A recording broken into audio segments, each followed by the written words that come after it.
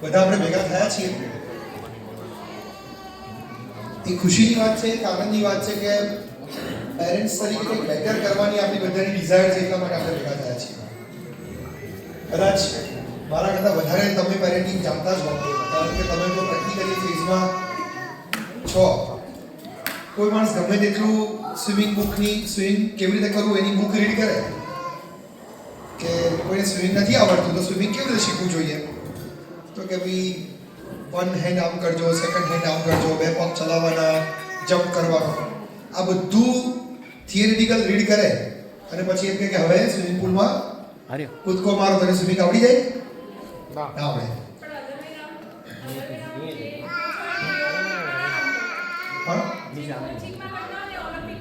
હા, ઓલિમ્પિકમાં ના કરતા હોય.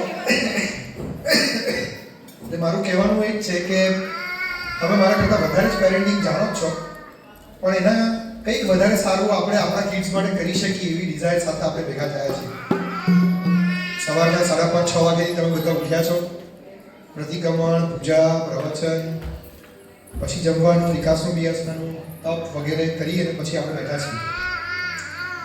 બધે એટલું લાઇટર ટોનમાં ચાલવા પ્રયત્ન કરીશ, મજા આવે. કદાચ ટ્રાય કરીશ વચ્ચે એકાદ ગેમ પણ રમી લઈશું. maybe related to parent job, everything goes on track. And neither will try કે આપણે will try to finish it maximum within 45 to 1 hour.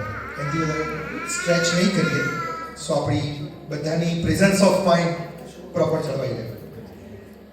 એક સરસ મજાનું આપણું જાણીતું અને હમણાં છેલ્લા 4-5 વર્ષમાં ખૂબ લોકભોગ્ય બનેલું એક નાનકડું લોકગીત સાંભળીએ જીગાઈબેના મોઢેથી, જરાક મજા આવે અને પછી આપણે આ સેશનની શરૂઆત કરીએ. ખૂબ જાણીતું લોકગીત છે અને આપણી અત્યારની કરંટ લાઈફ જોડે બહુ જ કનેક્ટેડ છે. જીનેબીની લોકગીત અને આવા જે લોકસંગીતના પદો કહેવાય એમની માસ્ટરી છે. આજે રાત્રે પણ મેં એમને રિક્વેસ્ટ કરી છે કે ભાઈ આવા ભજનના બેઝવાળા ગીતો પણ લેજો. ગુરુમાં હતા ત્યારે પણ એમની પાસે સ્પેશિયલ ગવડાવતા હતા બોલાઈને કે મને જીનાઈના મોઢેથી આ ગીત સાંભળવું છે. કદાચ તમે એમને જીનીભાઈની એ બાજુ ક્યારેય સાંભળ્યા નહીં હોય તો આજે આપણે એક નાનકડા એમના લોકગીતથી શરૂઆત કરીએ, જરાક આપણને બી ચીરઅપ થઈ જાય અને પછી એ બધું સ્ટાર્ટ આવે.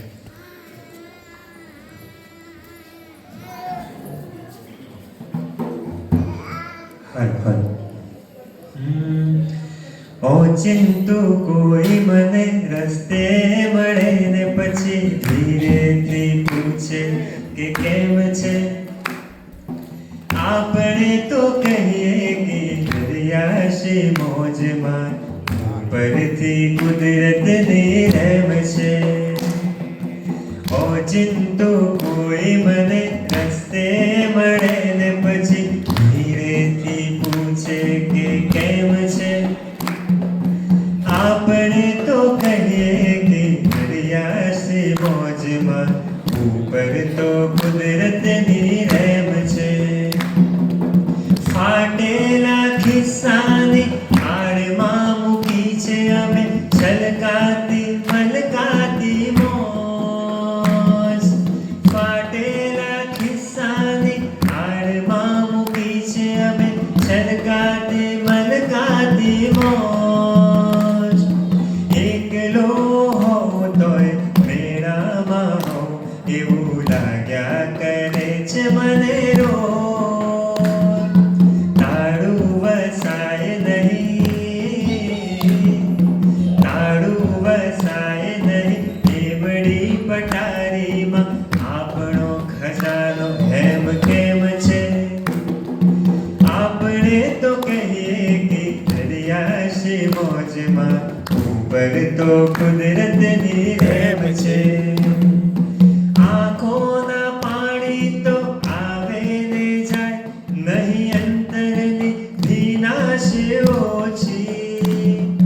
બદગટનો કાંઠો રાખે હિસાબ, નથી પરવશ સમંદરને હોતી. સૂરજ તો ઉગીને આથમીએ જાય, સૂરજ તો ઉગીને આથમીએ જાય. મારા ઉપર આકાશ એમ કેમ છે. સૂરજ તો ઉગીને આથમીએ જાય, એમ કેમ છે? આપણે તો કહીએ કે દરિયાશી મોજમાં, ઉપર તો કુદરતની રહેમ છે. ઓચિંતો કોઈ મને રસ્તે મળે ને પછી ધીમેથી પૂછે કે કેમ છે? આપણે તો કહીએ કે દરિયાશી મોજમાં, ઉપર તો કુદરતની રહેમ છે. ઉપર તો કુદરતની રહેમ છે. ઉપર તો કુદરતની રહેમ છે. મજા આવે કે વગર લોક સંગીતના પદો એટલા બધા ઇન્ટરેસ્ટિંગ છે, આપણે લગભગ એને ક્યારે આટલા બધા ડિટેલમાં સાંભળવાનો ટ્રાય જ નથી કર્યો. ઓચિંતું કોઈ મને રસ્તે મળે અને ધીરેથી પૂછે કે કેમ છે? આપણે કંઈક રસ્તામાં જતા હોઈએ અને આપણને પૂછે કે ભાઈ કેમ છે, તો કહેવા માટે તો કહી દઈએ કે મજામાં છીએ, સરસ છે, બધું બરોબર છે, બધું બરોબર છે. પણ જો સહેજ નજીક જવાનો ટ્રાય કર્યો અને પૂછું ભાઈ બધું બરોબર છે ને, અને પછી આપણી અંદરની જે હૈયાવરાળ બહાર નીકળે, શું ભાઈ તને શું વાત કરું, આ બધું આ વખતે બહુ ગડબડ થઈ ગઈ છે, આઈટીમાં આ લોચા છે, ઇન્ડસ્ટ્રીમાં આ પ્રોબ્લેમ છે, એટલે ટ્રમ્પે શું ટેરિફની માથાકૂટ કરી, એમાં આપણે ધંધામાં હલવાઈ ગયા છીએ, બીજું કશું હલે કે ના હલે, પેલો પોર્ટફોલિયો તો હલી જ ગયો છે મારો. અને પેલા બિચારાએ તો જસ્ટ આમ ખાલી કહેવા માટે કીધું કે બધું બરોબર છે ને, અને આપણી અહીંયાની બરાબર બહાર નીકળી જાય. અને મુકેશ જોશીએ કેટલી સરસ મજાની વાત કરી છે કે ઓચિંતું કોઈ મને રસ્તે મળે ને ધીરેથી પૂછે તો કેમ છે? અને આપણે તો કહીએ કે ભાઈ દરિયાની મોજ છે, બધું જલસા મજા છે. ભગવાને કેટલું બધું આપણને આપી દીધું છે, શાંતિથી વિચારીએ તો આખા આટલા મોટા દુનિયાની અંદર ભગવાન આપણને કેટલું બધું આપી દીધું, કેટલું બધું આપી દીધું. આટલું સરસ મજાનો માનવ ભાવ આપ્યો, આવું આખું શરીર આપ્યું, 5 ઇન્દ્રિય આપી, એ પણ બધી એક્ટિવ ઇન્દ્રિયો આપી, અને ચાહીએ ત્યારે બધું કરી શકે એવી બુદ્ધિ આપી, અને એની અંદર વધુ ઓછામાં વધારામાં એટલું એડિશનલી આપ્યું કે આવો સરસ મજાનો સંઘ આપ્યો કે જ્યાં આગળ આપણે રીતે વર્ષમાં 2, 5, 10, 25 વખત આપણે ભેગા થઈએ અને ફોન કરીએ, અને ઇન્ડિયામાં પણ આપણો ભાઈબંધ ના આવે એટલો જલ્દી એડિલેટમાં આપણો ભાઈબંધ હાજર થઈ જાય, આનાથી વધારે શું જોઈએ? તો આવા સરસ મજાના ગીતોને પાછા આપતું બહુ સરસ મજાનું એક લોકગીત સાંભળ્યું. આજે સાંજનું એક લોકગીત આનાથી બી ઇન્ટરેસ્ટિંગ છે, સ્પેસિફિકલી લેડીઝ માટે. જોરદાર. તમે સાંભળીને એમ થઈ જશે કે you feel proud about it, કે વાહ આવું બી કોઈ ગીત બનાવે છે. રેર છે, હમણાં લગભગ નથી સાંભળવા મળતું, પણ ગુરુમાં હતા ત્યારે આ ગીત બહુ જ અમને જોડે ગવડાવતા હતા અને સંભળાવતા હતા. એક એક શબ્દ જબરદસ્ત છે. આજનું આખું જે સેશન છે પેરેન્ટિંગ માટેનું, it is not about mother and father, it is about the kids. કે આપણે ખરેખર કિડ્સની દુનિયાની અંદરમાં કઈ રીતે એન્ટ્રી લઈ રહ્યા છીએ, શું માઇન્ડસેટ સાથે અને શું પર્સ્પેક્ટિવ સાથે આપણી કિડ્સની દુનિયા એન્ટર થઈ રહી છે, અને નાનકડી થોડીક વાતો કરવી છે. ખરેખર તમે બધા એટલા બધા નસીબદાર છો, કારણ કે એટલા સરસ મજાના બાળકો તમને બધાને મળ્યા છે. હું છેલ્લા 3-4 દિવસથી જોઈ રહ્યો છું. દરેક બાળકને જોઈને મને એમ હેપીનેસ ફીલ થાય કે આપણી કમ્યુનિટીનું ભવિષ્ય ઉજ્જવળ છે અને આપણા ફેમિલીનું ભવિષ્ય બી ઉજ્જવળ છે. કારણ કે આ બાળક છે ને એ આપણી જીવવા માટેનું બહુ મોટું મોટિવેશન છે. જો તમે ખરેખર શાંતિથી સમજો તો એક સરખી ભાગદોડની દુનિયા હોય અને તમે ભાગાભાગ કરીને જ્યારે ઓફિસથી થાકીને કંટાળીને ઘરે આવતા હો, અને એક વખત આપણો દીકરી આપણને પૂછે કે પપ્પા પાણી પીશો, અને આખા દિવસોના 1 મિનિટમાં ઉતરી જાય, અને પછી એની જોડે તમે અડધો કલાક રમો અને ફ્રેશ થઈ જાઓ, પછી ફીલ આવે કે હાઈશ આનાથી વધારે શું જોઈએ? કરોડો રૂપિયા હોવાવાળો મુકેશ અંબાણી હોય કે લાખો રૂપિયામાં રમવાવાળો કોઈ બીજો પણ મોટો બિલિયનર હશે, પણ એની પાસે જો પોતાના બાળકો સાથે રમવાનો એટલો સમય નહીં હોય તો કદાચ આ ફેમિલી સાથેની હેપીનેસ નથી. એક આખી જૈન શાસ્ત્રની અન્ડરસ્ટેન્ડિંગ એક વૈરાગ્ય બાજુની જાય છે કે ભાઈ આખું મારું જીવનમાં ક્યાંય રાગ ના જોઈએ, વૈરાગ્ય જોઈએ. હવે જ્યારે વૈરાગ્યની વાતમાં હું નથી, એટલે મેં દીક્ષા નથી લીધી, કાંઈ વૈરાગ્યની બાબતમાં હું આગળ નથી જઈ રહ્યો, તો હું પછી આ બાજુની જિંદગીમાં આવી ગયો. એટલે કોઈ પણ એવું મિસઇન્ટરપ્રિટ ના થાય કે દેવર્ષિભાઈ તો વાત કરે છે કે ફેમિલીમાં બધા જોડે કેવી રીતે આપણે પ્રેમથી રહેવું, કેવી રીતે રાગ વધારવો, એ વાત નથી. આ વાત એ છે કે જો વૈરાગ્યની દુનિયામાં નથી, હવે આપણે સાધુ જીવનમાં નથી, દીક્ષા નથી લીધી અને અહીંયા આગળ છીએ, હવે ખરેખર અહીંયા આગળ આવી જ ગયા છીએ, તો ભગવાને આપણા જૈન શાસન એની પણ બહુ સરસ મજાની દુનિયા બતાવી છે કે આ દુનિયામાં પણ તમે એવું સરસ મજાનું જીવન જીવો કે જ્યાં કદાચ અલ્ટિમેટ ગોલ તો આપણે આપણા મોક્ષનો મૂકી જ રાખીએ છીએ, પણ ત્યાં સુધીનો મોક્ષના ગોલને અચીવ કરવા માટેના જે વચ્ચેના ફેઝ છે એને વધારે સારી રીતે કેવી રીતે કરી શકીએ. કદાચ દ્વેષ કરીને, માથાકૂટ કરીને, ઝઘડો કરીને આપણા ફેમિલી મેમ્બર જોડે રહીએ અને એના કરતાં વધારે સારી રીતે આપણા ફેમિલી મેમ્બર જોડે કેવી રીતે ટાઈમ સ્પેન્ડ કરી શકીએ. એક નાનકડું ગામ છે અને એની અંદર એક બહુ જ સરસ મજાનો છોકરો રહે છે. એટલો મસ્ત છોકરો, ના પૂછો, આ ખિલખિલાટ કરતો છોકરો, આ કૃષ્ણ કનૈયા જેવો છોકરાને જોઈને એમ લાગે કે આ અદ્ભુત કૃષ્ણ જેવો છોકરો દેખાય છે. એને જોઈને એમ થઈ જાય કે શું એનો હાવભાવ, શું એનું મોઢું, એની બોલવા ચાલવાની સ્ટાઇલ, જે રીતે કૂદે રમે, આખા ગામનો લાડકો છોકરો. ગામથી થોડે દૂર એક નગરની અંદર એક રાજાને એક મોટી ચિત્રશાળા બનાવવાની હોય છે. બહુ ડ્રોઈંગનો બહુ શોખીન માણસ એ રાજા. એને એમ થાય કે હું એવા ડ્રોઈંગ બનાવું કે જાણે લાઈવ ડ્રોઈંગ લાગે. કોઈ ડ્રોઈંગને એમ લાગે કે ખરેખર આ રિયલ પિક્ચર અહીંયા આગળ મૂક્યું છે એવું ડ્રોઈંગ એને બનાવવું હોય. એટલા માટે એને આખા નગરમાં ઢંઢેરો પીટાવ્યો કે ભાઈ જેની પણ પાસે ડ્રોઈંગની સ્કિલ હોય અને જે આવા લાઈવ ડ્રોઈંગ બનાવી શકે એ જ માણસ આવે. મારી બે જ કન્ડિશન છે કે ડ્રોઈંગ બનાવ્યા પછી ડ્રોઈંગ એવું લાગવું જોઈએ કે આ લાઈવ છે તો એ કહેશે એટલા રૂપિયા હું આપી દઈશ, અને જો ડ્રોઈંગ બન્યા પછી આવું ડ્રોઈંગ લાઈવ ના બન્યું તો હું એને મારી નાખીશ. આ બે કન્ડિશન છે. જેમને પણ આવું હોય વેલકમ છે. ઘણા બધાએ વિચાર્યું પહેલી કન્ડિશન તો બહુ ટેમ્પટિંગ હતી, પણ બીજી કન્ડિશન સાંભળી અને બધા જતા રહે કે આવું તો ભાઈ બહુ અઘરું છે, કોઈ આવે જ નહીં. રાજાએ કર્યું. 3-4 મહિના પછી એક ચિત્રકાર આવ્યો, એક પેઇન્ટર આવ્યો. પેઇન્ટરે એમ કીધું કે યસ આઈ વિલ ડુ. રાજા ખુશ થઈ ગયો કે ભાઈ તે મારી બે કન્ડિશન સાંભળી છે ને. યસ, મેં તમારી બે કન્ડિશન સાંભળી છે, પણ કે જો રાજા, મારી એક વધારાની કન્ડિશન છે. બોલો શું? પૈસાની મને ચિંતા નથી, પૈસા તો તમે કીધું તમે જે હું માંગીશ એ આપશો, ધેટ્સ ઇટ.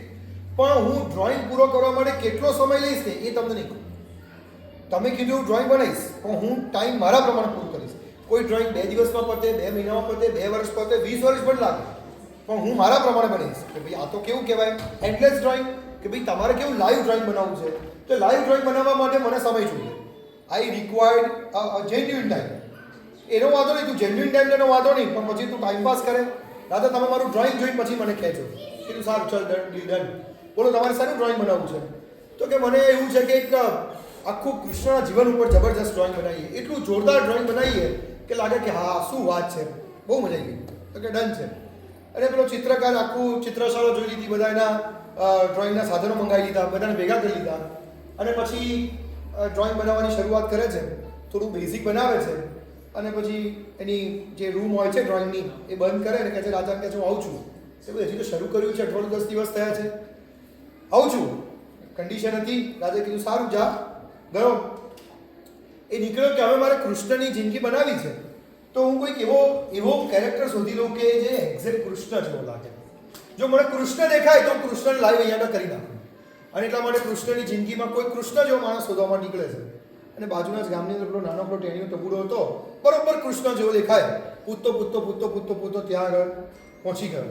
અને પહોંચ્યો અને જોયું કે વાહ, આ એક્ઝેક્ટ કૃષ્ણ દેખાય છે, પરફેક્ટ, કોઈ ફેરફાર નહીં. આને જો કૃષ્ણ તરીકે તૈયાર કરું, બરોબર કપડાં પહેરાવું, મેકઅપ કરું અને પ્રમાણે જો ઊભો રાખું, બરોબર અલગ અલગ હાવભાવમાં તૈયાર કરી દઉં, મજા પડી જાય. અને ખુશ થઈ ગયો. એને લઈ આવ્યા અને એને કીધું, એના મમ્મી પપ્પાને કીધું કે તમને જોઈશે એટલા રૂપિયા આપી દઈશ, પણ આ છોકરાને તમે મારી જોડે મોકલી દો, કામ થઈ જશે તમારું. કરવું છે શું તમારે? મારે કૃષ્ણનું ચિત્ર બનાવવું છે અને એના માટે આ કૃષ્ણ તરીકે આને મારે સિલેક્ટ કરેલો છે. Done, perfect. અને પેલો છોકરો તો એટલો સરસ, જે પ્રમાણે કે એ પ્રમાણે હાવભાવ કરે, એક્શન કરે, અને પેલા કૃષ્ણનું ચિત્ર બનાવવાનું ચાલુ કર્યું. અદ્ભુત ચિત્ર કૃષ્ણના બનાવ્યા. અને રાજા જોવા માટે આવતા ગયા વચ્ચે કે વાહ, ખરેખર મેં જેવું કીધું હતું એવા ચિત્ર બનાવ્યા. થોડોક સમય પત્યો, કૃષ્ણના ચિત્ર પતી ગયા એટલે પછી ધીમે ધીમે કૃષ્ણને પાછો મોકલી દીધો. પછી ધીમે ધીમે બધા અલગ અલગ ચિત્ર જાત બનાવતા ગયા.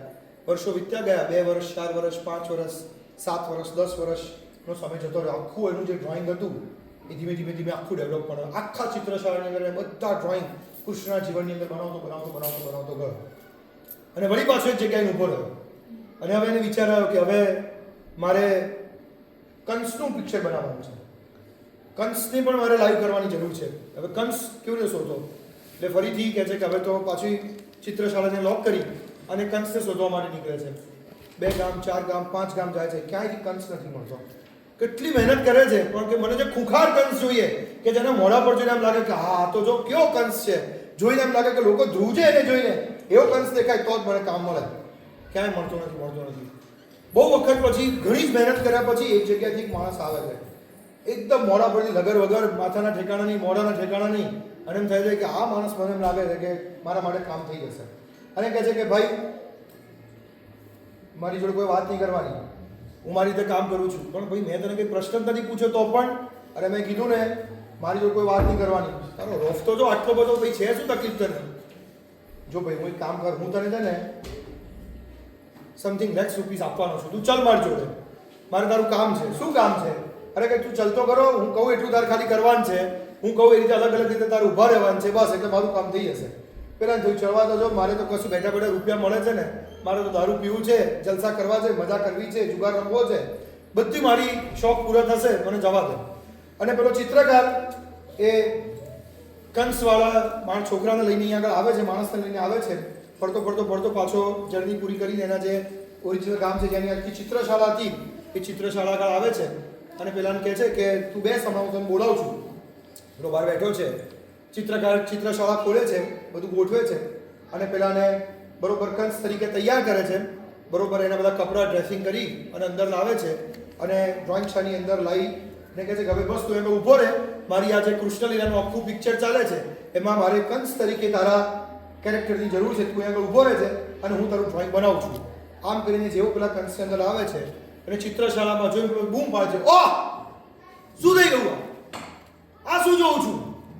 અને એના મગજમાં મોટો એવો પ્રત્યાઘાત પડ્યો કે આ શું થઈ ગયું મારી જોડે, અને એટલું રડે ના પૂછો ભાઈ. અને તને થયું શું? એવું તો શું થયું કે તું આટલો બધો રડે છે? ધ્રુસકે રડ્યા કરે અને ચિત્રકારને કહે છે કે તમને ખબર છે આજથી બરોબર 12 વર્ષ પહેલા કૃષ્ણ તરીકે તમે મને અહીંયા લઈને આવ્યા હતા. આ હું એ જ કૃષ્ણ છું કે જે હું આટલો નાનો હતો અને તમે મને અહીંયા લઈને આવ્યા હતા અને હું આ એન્વાયરમેન્ટની જોડે એટલો ખરાબ થઈ ગયો કે 12 વર્ષ પછી જ્યારે તમારે કંસને શોધવાની જરૂર પડી ને ત્યારે તમે મને લઈને આવ્યા છો. દોસ્તો મારે તમને એક જ વસ્તુ કહેવી છે, આપણા બધાના ઘરની અંદર રહેલો એક નાનકડો કૃષ્ણ એ કંસ ના બની જાય ને એની જવાબદારી આપણી બધાની છે. જે લેવલ પર એન્વાયરમેન્ટ જઈ રહ્યું છે, જે લેવલ પર દુનિયા દોડી રહી છે, આપણી બધાની જે રેસ જે બાજુ છે એની અંદર આપણા બધાની સંસ્કાર માટેની ગણતરી ચોક્કસ બહુ જ આગળની છે.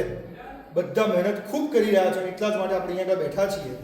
પણ હજી પણ કેટલી વધારે આપણે તકેદારી રાખી શકીએ કે જેના માટે આજનો આપણો નાનકડો કૃષ્ણ, આજે જે પણ છોકરાઓ જોઉં છું 10 વર્ષ પછી ફરીથી કદાચ તમારા સંગમાં કોઈ વખત આવવાનો મોકો મળે અને તમે મને કહેશો કે આ દેવર્ષિ પેલો દીકરો નહીં તમારી જોડે રમતો તો આ 3 વર્ષનો, 4 વર્ષનો, 5 વર્ષનો ક્યાં ગયો? તો કે હવે તો નથી આવતો. કેમ નથી આવતો? તો કે હવે એને ભણવાનું ગયું, એના ફ્રેન્ડ્સ ગયા, તો હવે આપણા હાથમાં નથી આવતો. શું વાત છે, તમારા આટલા સંસ્કાર હતા તોય નથી આવતો? અરે કાલ તો બહુ કર્યો હતો, બધી જગ્યા પર્યુષણમાં પણ લઈને આવતા હતા, બધા પ્રવચનોમાં લઈને આવતા હતા, બધી ભક્તિમાં પણ એને સાથે રાખતા હતા, પણ શું કરીએ, અમારા હાથમાં નથી. દોસ્તો પેરેન્ટિંગની કે જ્યારે પેરેન્ટ્સની વાત કરતા હોઈએ ત્યારે એક સરસ મજાના સર્કલની વાત કરવી છે કે જેની અંદર સેન્ટરની અંદર કિડ્સ છે, એક બાજુ એના પેરેન્ટ્સ છે, એક બાજુ એના ટીચર્સ છે અને એક બાજુ સોસાયટી છે. આ એક ટ્રાયેંગલ છે, એ ટ્રાયેંગલની અંદર વચ્ચે કિડ્સ છે. આપણી જિંદગીના બાળક માટેના ગોલ એવા બનાવવાના છે કે જેને કારણે આપણા મગજમાં ક્લેરિટી આવે કે ખરેખર આપણે આપણા બાળકને આ ડિરેક્શનમાં લઈ જવા માંગીએ છીએ. હું તમને બધાને એક ઓનેસ્ટ ક્વેશ્ચન પૂછું કે જ્યારે સૌથી પહેલી વખત એવી તમને ખબર પડી કે આપણા ઘરે બાળકનો જન્મ થવાનો છે, first time, just recall that moment, કે સૌથી પહેલાં ખબર પડી કે આપણા ઘરે બાળકનો જન્મ થવાનો છે, એ વખતે બાળક માટેની આપણી ડ્રીમ કયા લેવલની હતી? આપણે શું વિચાર્યું હતું કે મારે ત્યાં જે બાળક આવે એ કેવો હોવો જોઈએ? અને ત્યારથી શરૂ કરી અને એ ઉત્સાહ, એ ફોકસ, એ ડેડિકેશન અત્યારે ક્યાં છે? બહુ દૂરની વાત નથી કરતો, હમણાં છેલ્લા 2, 4, 5 વર્ષની જ યાદ કરીએ કે સૌથી પહેલાં પ્રેગ્નન્સીના શરૂઆતના 1 મહિનામાં આપણે શું વિચારતા હતા અને પ્રેગ્નન્સી પછી બાળકનો બર્થ થયો અને શરૂઆતના 3, 4, 5, 6, 7, 8, 10 વર્ષ થયા અને હવે આપણા બાળક માટેનું ફોકસ કેટલું છે? જોબ, દોડાદોડ, પૈસા, સોસાયટીની રેસ, બધાની સાથે સાચવવાના, આ બધું છે જ, એમાં કોઈ ડાઉટ નથી. તમે ને હું બધા એ રેસની અંદર છીએ જ, પણ આમાં બાળક ક્યાં છે? કિડ્સ ક્યાં છે? મારું ખાલી ફોકસ એટલું જ છે કે આપણે આપણા બાળક માટેનું ડ્રીમ શું બનાવ્યું છે? આપણે કેવું બાળક, કયા લેવલનું આદર્શ, આપણે શું વિચારીએ છીએ કે મારો બાળક કેવો હોવો જોઈએ? તમને પૂછવા માંગુ છું કે તમે શું ડ્રીમ કર્યું છે? તમે શું વિચાર્યું કે મારો બાળક સંસ્કારી જોઈએ? એવું બધા વિચારે, બરોબર, સારો જોઈએ આવું વિચારે. પણ સારો ને સંસ્કારી એટલે શું હોય? થોડું ડિફાઇન તો હોવું જોઈએ કે નહીં, કે બાળક સારો ને સંસ્કારી શું હોઈ શકે? ભણવામાં સારો હોવો જોઈએ, પછી રિસ્પેક્ટ અને કાઇન્ડનેસ હોવી જોઈએ, ધાર્મિક સંસ્કાર હોવા જોઈએ, બધા સાથે પરિવારમાં ફાધર પાસેથી આવવા જોઈએ, પરિવારમાં બધા સાથે હળીમળીને રહે, પરિવારમાં બધા જોડે હળી મળીને રહેવા જોઈએ, પારિવારિક સંસ્કાર, પછી ગોલ હા અચીવ કરવાનું કંઈક ઇન્ટેન્શન હોય એના. કોને, એનો કે તમારો? બાળક ના, just પૂછું છું. હા, ગોલ ઓરિએન્ટેડ હોય. ગોલ ઓરિએન્ટેડ હોવો જોઈએ, એટલે એને કંઈક ગોલ બનાવ્યા હોય ને એ પૂરા કરે એની પાછળ મહેનત કરે, એટલી કે એફર્ટ્સ આપી શકે એના. એવો હોવો જોઈએ. પછી હ્યુમાનિટી હોવી જોઈએ, પેરેન્ટ્સનું કયું માને એવું થવું જોઈએ. આપણે બી માનીએ જ છીએ, એટલે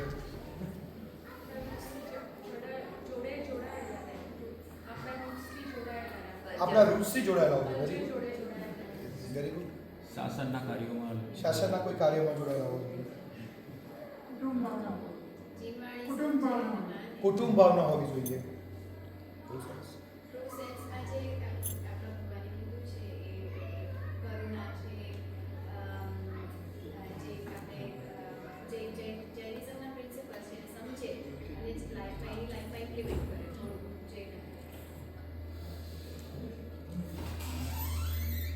જનરલાઇઝ આપણે ઘણી વખત કરતા હોઈએ છીએ કે ભાઈ છોકરાઓમાં હ્યુમાનિટી હોવી જોઈએ, કાઇન્ડનેસ હોવો જોઈએ, ફેમિલી જોડે કનેક્ટેડ હોવા જોઈએ, ગોલ ઓરિએન્ટેડ હોવા જોઈએ, એજ્યુકેશનમાં સારા હોવા જોઈએ, રિલીજિયસમાં સારા હોવા જોઈએ.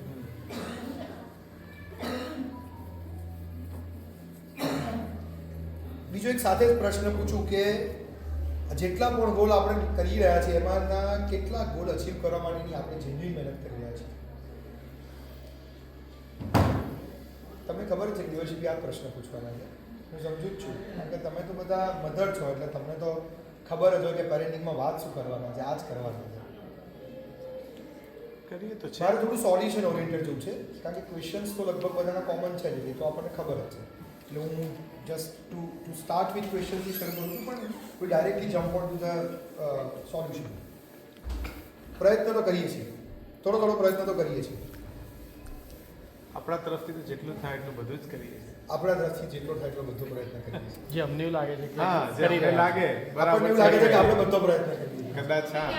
પૂરેપૂરો એ પણ કરી રહ્યા છે. કહેતા હોઈએ કે તમે તમારો ગુસ્સો કંટ્રોલ કરો, તમે કાઇન્ડ રહો, પણ પછી જ્યારે એમના સ્કૂલ થાય ત્યારે આપણે એટલા બધા આપણો જ control.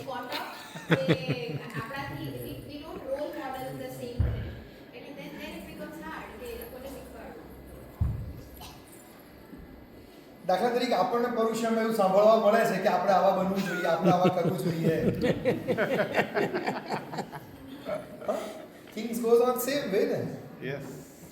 પરુષણ હોય કે કોઈ આવે તો એવું આપણને કહેતા હોય છે ને કે આપણે ભાઈ આવા બનવું જોઈએ, અમારી પ્રવર્તના કરાવવી જોઈએ, કે આપણે ક્ષમાપના કરી દેવી જોઈએ, કે વોટ એવર.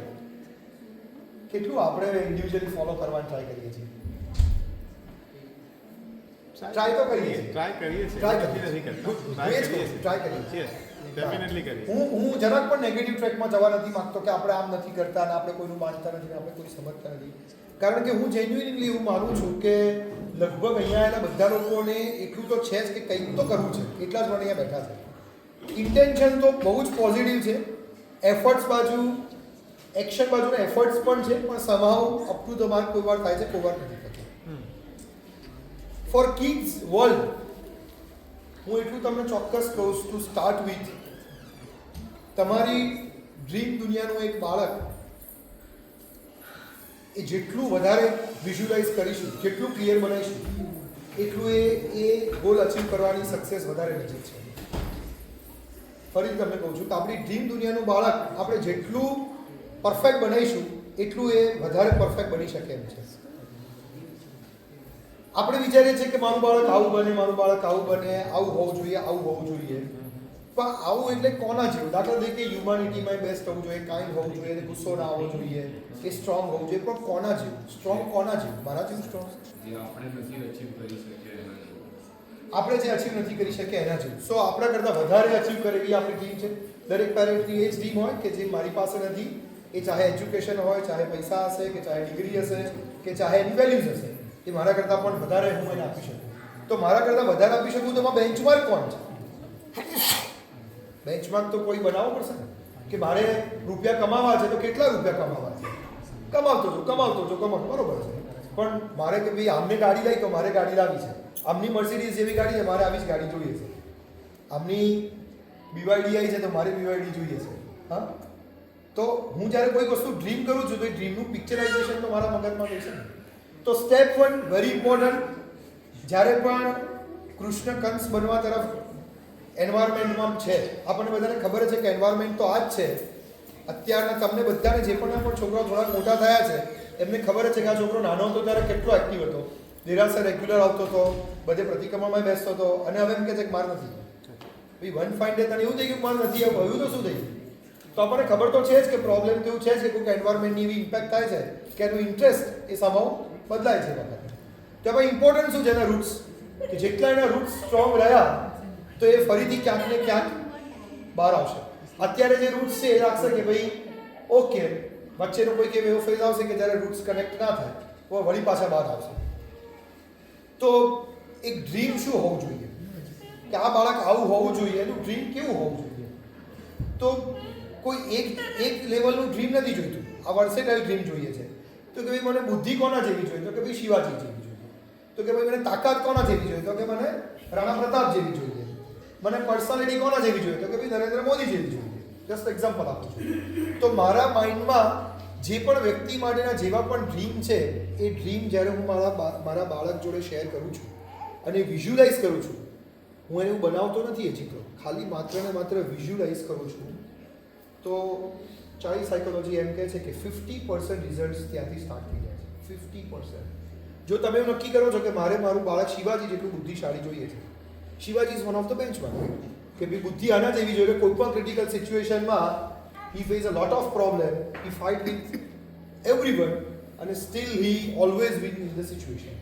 ક્યાંય પણ ફસાઈ ગયા, તમને જો આપણને થોડી ઘણી ખબર હોય તો આપણને ખબર પડે કે આવી સિચ્યુએશનમાં પણ એ બહાર આવે, એટલી એમની પાસે ટેલેન્ટ હતી.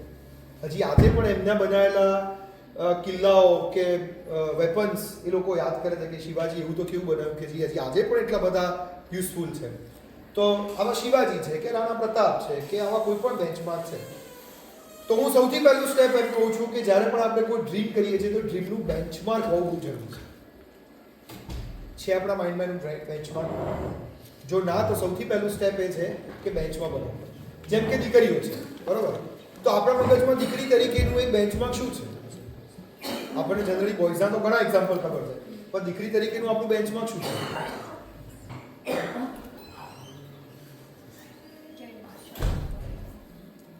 પાછા ના પડે, ઘણા બધા સરખા જ, પણ તોય એક ગર્લ કેરેક્ટર તરીકે જેમ શિવાજી કે રાણા પ્રતાપ કે નરેન્દ્ર મોદી જેવા કોઈ કેરેક્ટર છે, એવા દીકરીઓની લાઈફના કયા કેરેક્ટર તમારા માઇન્ડમાં આવે કે ભાઈ દીકરી આવી હોવી જોઈએ? હું એક્ઝામ્પલ કહું છું. વર્ચ્યુઝ તો તમે કહી દીધા મને, એ તો મને ખબર છે કે ભાઈ ઓકે, બધા એવું વિચારશે કે બોયઝના જેટલા તો ગર્લ્સમાં હોવા જોઈએ, એનાથી વધારે હોવા જોઈએ, બરોબર? સુનિતા વિલિયમ્સ, ઓકે, ઝાંસીની રાણી લક્ષ્મી. ઘણીવાર દીકરી તરીકે જ્યારે ખરેખર આખા હું વર્લ્ડમાં જોઉં તો સૌથી ઇમ્પોર્ટન્ટ કેરેક્ટર છે ને એ આ લેડી કેરેક્ટર છે, આ મધર છે, આ ગર્લ છે. કારણ કે એનાથી જ આખું ફ્યુચરનું સંસ્કરણ કે ફ્યુચરનું આખી દુનિયા એનાથી ચાલવાની છે. પણ એના માટેના ખરેખર ફોકસ એરિયા મને પર્સનલી લાગે છે કે ઓછા છે.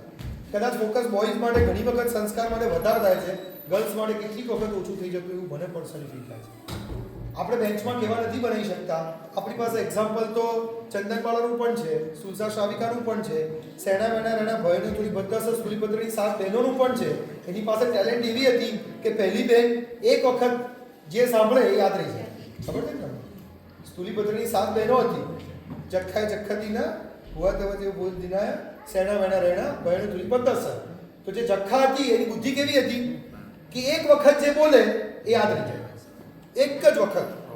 અને એક વખત ખરેખર ગામની અંદર કોઈ બહારથી આવે છે અને એને પૂછે છે કે તમારા ગામમાં કોઈ એવું ખરું કે જે મારી જોડે ટેલેન્ટ મેચ કરી શકે? તો રાજા કેવી તો કે અમારી કેવી ટેલેન્ટ? તો કે હું જેટલું બોલું એ બધું એમને આવડવું જોઈએ. એવું તો કોઈ હોય જ નહીં કે હું જેટલું બોલું આવડવું જોઈએ. તો જખ્ખાના પપ્પા એ વખતે ત્યાં આગળ મંત્રી હતા. રાજા ટેન્શનમાં તો કે શું થયું? તો કે આ એક આવો પંડિત આવ્યો છે કે છે કે હું મને જેટલું આવડે ને એટલું સામામાં આવડવું જોઈએ. તો કે એમાં શું ચિંતા કરો છો? હા પડીને આવતા રહો. તો કે સારું, હા પડીને આવતા રહે છે. અને બીજે દિવસે કહી દે છે જખ્ખાને કે જો કાલે તમારી સાથેની ટીમ સાથે આવી જજો.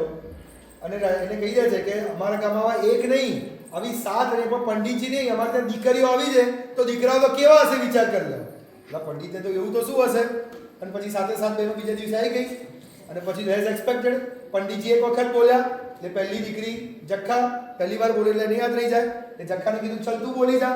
એટલે જખ્ખા બધું બોલી ગઈ. હવે શું થઈ ગયું? પહેલી વાર પંડિતજી બોલ્યા, બીજી વાર જખ્ખા બોલી. એટલે એની બેન આવડી ગયું એટલે એની બેન બધું બોલી ગઈ, સાથે દીકરીઓ બોલી. આટલી ટેલેન્ટ આપણી ભારતની દીકરીઓ પાસે છે. પેલા પંડિતજી જેણે આદિનાથ ભગવાનનું આવડું મોટું સ્તોત્ર બનાવ્યું, 12,000 શ્લોક પ્રમાણેનું સ્તોત્ર, અને રાજા પાસે લઈને ગયા. અને રાજાએ કીધું કે આમાં શું છે? તો કે મેં આદિનાથ ભગવાનની સ્તુતિ બનાવી છે. અદ્ભુત સ્તોત્રની રચના કરી, અદ્ભુત. અને પછી પેલું સ્તોત્ર વાંચ્યું. રાજાને એમ થયું કે વાહ, શું બનાવ્યું છે, આવું તો કોઈ સ્તોત્ર હોઈ શકે? એને રાજા એક જ કન્ડિશન મૂકી કે 2 ફેરફાર મને એમાં કરી આપ. જે આદિનાથ ભગવાનનું નામ છે ત્યાં બૌદ્ધનું નામ કરી દે. કારણ કે મારા ભગવાન એ બૌદ્ધ ભગવાન છે. અને જેટલી જગ્યાએ તારા ગુરુનું નામ છે એટલી જગ્યાએ મારા ગુરુનું નામ કરી દે. તો તું કે રૂપિયા તને આપી દઉં. એને કીધું કે એવું નહીં કરી શકે, કારણ કે આ મેં મારા ભગવાનને મારી આંખ સામે મૂકીને કર્યું છે, આવું નહીં કરી શકું. તું રાજાને ના પાડે છે, તું નહીં કરી શકે એવું કહે છે. તને ખબર પડે છે કે તું શું બોલે છે, કોની સામે કહે છે? રાજાજી તમારી વાત સાચી છે, પણ જે ભગવાનને સામે રાખીને મેં આ ગ્રંથ બનાવ્યો હોય એમાં હું કેવી રીતે કોઈ બીજા ભગવાનનું નામ રિપ્લેસ કરી શકું? ઇટ ઇઝ નોટ અબાઉટ કે ભાઈ ફાઇન્ડ એન્ડ રિપ્લેસ કરી નાખો એટલે બધું બદલાઈ જાય. It is all about my imagination and my creation કે જ્યાં આગળ મેં આ મૂક્યું છે. હજી બોલે ના બોલે ત્યાં રાજાએ એ આખો ગ્રંથ જે વર્ષોની મહેનત પછી બનાવ્યો તો ત્યાં બાજુમાં દીવો ચાલતો તેમાં બાળી નાખ્યો. આખો ગ્રંથ ત્યાં બાળી નાખ્યો. અને પેલાને એટલો ધ્રાસકો પડ્યો કે તમને ખબર છે કે એના માટે મેં કેટલી મહેનત કરી હતી. 12,000 શ્લોક પ્રમાણનો કોઈ ગ્રંથ આવડો જાડો બનાવ્યો છે અને મેં મારા ભગવાનને યાદ કરીને બનાવ્યો છે, અને તમે આ ગ્રંથ બાળી નાખશો, આવી સહેલાઈથી બાળી નાખશો? બહુ દુઃખી થઈ જાય છે. એને અંદર બસ મારે જીવવું જ નથી. ઘરે આવીને બેઠો હોય છે અને માથે હાથ દઈને બેઠો હોય છે. શું થયું? એની દીકરી એને પૂછે છે કે શું થયું? કે આજે રાજાની દરબારની અંદર આવો ગોટાળો થઈ ગયો. કે શું થયું? તો પેલો ગ્રંથ બનાવ્યો હતો ને એ ગ્રંથ વાંચતા વાંચતા ખોલીને મૂક્યો અને રાજાએ વાંચ્યો અને કીધું કે ભાઈ તું આવું મને શિવની જગ્યાએ, આદેશ્વર ભગવાનની જગ્યાએ કોઈ પણ બીજા ભગવાનનું નામ મૂક્યા બહુ કે શિવ, અને આટલો ચેન્જ કરી આપ. અને મેં ના પાડી અને આખો ગ્રંથ એમને બાળી નાખ્યો છે. આટલી મારી મહેનત કરેલી હતી, આખો ગ્રંથ એમને બાળી નાખ્યો. અરે પપ્પા એમાં શું ચિંતા કરો છો, મને આખો ગ્રંથ મળે છે. દીકરી કહે છે કે પપ્પા કહે છે મેં હજી કોઈને બતાડ્યો બી નથી અને તને આખો ગ્રંથ મળે કેવી રીતે છે? અરે પપ્પા એમાં એવું હતું કે ગઈકાલ રાત્રે તમે આખો ગ્રંથ પૂરો કર્યો અને અહીંયા આગળ પડ્યો હતો, અને તમે મને એવું કીધું કે ભાઈ દીવામાં ઘી નથી તો પૂરતી આવી, તો હું દીવામાં ઘી પૂરવા માટે ગઈ હતી. અને ઘી પૂરવા માટે ગઈ તો મને તો કે પપ્પાએ શું બનાવ્યું છે? તો મેં ગ્રંથ એક વખત વાંચ્યો અને મને આખો ગ્રંથ મોડે થઈ ગયો છે. આ આપણા દેશની સંસ્કૃતિની દીકરી છે. ક્યાંય પણ લેડીઝ ઓછી નથી. કમ્પેરિઝન આપણે એવી કરીએ, ક્યાંક બોલવાની અંદર એવું બોલે કે ભાઈ આપણી બહેનો આવા છે, કમ્પેરિઝનમાં ક્યાંક બોલવામાં વળી પાછા પતિ પત્નીના ઝઘડામાં ક્યાંક 2 વખત ટોળા બી મારી દેતા હોઈએ. પણ આવું રિસ્પેક્ટ છે મને આ દેશની દીકરીઓને, બહેનો માટે આવું રિસ્પેક્ટ છે. કારણ કે ઝાંસીની રાણી લક્ષ્મીબાઈ તો એમાં એક એક્ઝામ્પલ આપણી સામે છે. 1,00,000 એક્ઝામ્પલ તમને આમ આપી દઉં અને તમને ખબર પડે કે, અને એટલા માટે જે દેશની બહેનો અને દીકરીઓ આવી હતી ને એટલે એના પાછળ આવા દીકરાઓ શિવાજી જેવા મારા. આ જાણો જ છો તમે બધું. અહીંયા સુધીની સ્ટોરી બધા જાણીએ છીએ આપણે. અને હજી પણ પોટેન્શિયલ આ છે. હું સંઘમાં જે બહેનોને અત્યારે જે રીતે જોઈ રહ્યો છું, જે રીતે એક બહેનો પોતાના દીકરા પાછળ મહેનત કરી રહ્યા છે, જેમના ફેમિલી પાછળ મહેનત કરી રહ્યા છે, સેલ્યુટ છે તમને બધાને. કદાચ ઇન્ડિયામાં પણ કદાચ લેડીઝ આટલી મહેનત નથી કરી રહ્યા. ઓનેસ્ટલી કહું છું. કેમ? કારણ કે એન્વાયરમેન્ટ ત્યાં આગળ એવું છે કે બધું અહીંયા તો થવાનું જ છે ને. When we have everything we have, તો પછી વસ્તુની વેલ્યુ ઓછી થઈ ગઈ. અને તમે બધા જે રીતે દિવસ રાત તમારા દીકરાઓ પાછળ મહેનત કરો છો, મને લાગે છે કે ભવિષ્યના શિવાજી અહીંયાથી ઊભા થશે. ખરેખર તમને કહું છું, જે મમ્મી પોતાના દીકરા પાછળ મહેનત કરે છે, કોઈ ડાઉટ જ નથી કે ત્યાં આગળથી શિવાજીને રાણા પ્રતાપ ના આવે. કોઈ પ્રશ્ન જ નથી. ના કેમ થાય? આ દેશની સંસ્કૃતિ એવી છે કે જ્યાં આગળથી આરામથી આવા મહાપુરુષો બહાર આવે છે. છેલ્લા 25, 30, 50 વર્ષમાં એટલા માટે નથી આવ્યા કારણ કે આપણું લક્ષ્ય એ બાજુનું નથી રહ્યું. અહીંયાથી કોઈ પણ બેન એવું અત્યારે પણ નક્કી કરે કે મારી દીકરી એ ભામતી જેવી બને, કે મારી દીકરી સેના વેણા રહેણા જેવી નીકળે, અને 15 વર્ષ પછી તમે મને યાદ કરજો કે ના નીકળી તો કે શક્ય છે જ. કેમ શક્ય નથી? પણ વિઝ્યુલાઇઝેશન કે મારે મારા દીકરા દીકરીને આવા બનાવવા છે, એનું વિઝ્યુલાઇઝેશન ક્લિયર નથી. આપણે વિચાર્યું કે હ્યુમાનિટી હોવી જોઈએ, કાઇન્ડ હોવી જોઈએ, ટેલેન્ટેડ હોવી જોઈએ, સેલ્ફ ઇન્ડિપેન્ડન્ટ હોવી જોઈએ, પણ એ કોના જેવી હોવી જોઈએ? એક સરસ મજાનું નાનકડું A2 સાઇઝનું પેપર લો, તમારા જેટલા પણ ડ્રીમો એની અંદર લખો, અને વચ્ચે આપણા દીકરા કે દીકરીનો ફોટો. આપણા રૂમની અંદર, એના ડ્રોઈંગ રૂમની અંદર આપણે ફોટો ફ્રેમ મૂકીએ છીએ.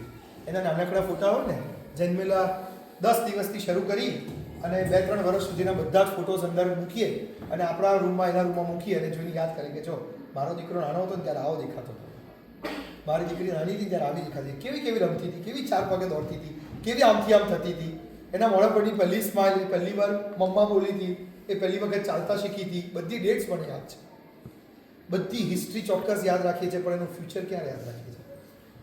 એક ડ્રોઈંગ બનાવો, વચ્ચે એનો ફોટો મૂકો, અને જેટલા પણ ડ્રીમ બનાવ્યા છે બધા લખી નાખો. જરા પણ એવું ના વિચારો કે કોઈ જોશે તો કેવું લાગશે. કારણ કે મારે કોઈ સીધા સાદા છોકરાઓ નથી બનાવવા. આખી આ દુનિયાની અંદર ઘેટાશાહી તો કરોડો લોકોની છે જ. લીડર્સ તો કોઈ એકાદ બે જ આવવાના છે. આપણે નક્કી કરવાનું છે કે આપણે આપણા દીકરીઓને કેવા બનાવવાના. Should we need to produce them like a leader? આપણે એમને એવા સ્ટ્રોંગ લીડર બનાવવા છે કે જે બહાર આવે ને ખબર પડે કે આ કોણ છે, તો કે આ જીજાનો દીકરો શિવો છે. એવી સ્ટ્રેન્થ આપણે એમને આપવાની છે ને.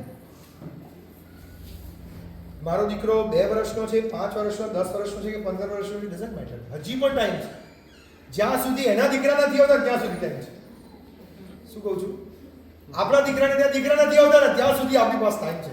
પછી આપણું કામ પછી પતી. એક વિઝ્યુલાઇઝેશન સ્ટેપ નંબર 1, એટલું સરસ મજાનું વિઝ્યુલાઇઝેશન બનાવો. એની જિંદગીના ઇનિશિયલ ફેઝને 3-4 પાર્ટમાં બાયફર્કેટ કરું છું, અને બાયફર્કેશનના 2 રોલ બનાવું છું, એક મધરનો રોલ, એક ફાધરનો રોલ. ઘણી વખત બોલવા ચાલવાની અંદર આપણે બહુ રૂટીનમાં બોલી જતા હોઈએ છીએ કે ભાઈ કેમ દીકરો મોટા કરવાની જવાબદારી અમારી એકલાની છે. મધરે આવું બોલી જાય, ફાધર બી એવું કરે કે આ બધું અમારે જ કરવાનું, આ બધું મારે ના કરવાનું હોય. Yes no? યસ. કોઈ વાત બની શકે કે જ્યારે પણ કોઈક નાનો રોલ હોય અને આપણને એમ લાગે કે આ તો મધરનો રોલ છે, ના ફાધરનો રોલ છે. એક બહુ મોટી ચેલેન્જ અત્યારના સમયની એવી છે કે જ્યારે પણ આવો કોઈ વાત આવે ત્યારે તરત જ સહજ રૂપે એક લેડીઝના મગજમાં વિચાર આવતો હોય છે કે ભાઈ અમે કેમ અમારા વચ્ચે આવો ડિફરન્સ, આ કેમ કામ મારે જ કરવાનું, એવું કેમ ડિફાઇન. એકદમ સીધું એક્ઝામ્પલ આપી દઉં કે દાખલા તરીકે બાળકે પોટી કરી દીધી તો 50 વખતમાંથી 1 વખત એની મમ્મીને વિચાર આવે કે કેમ પોટી સાફ કરવાની જવાબદારી પપ્પાની નથી.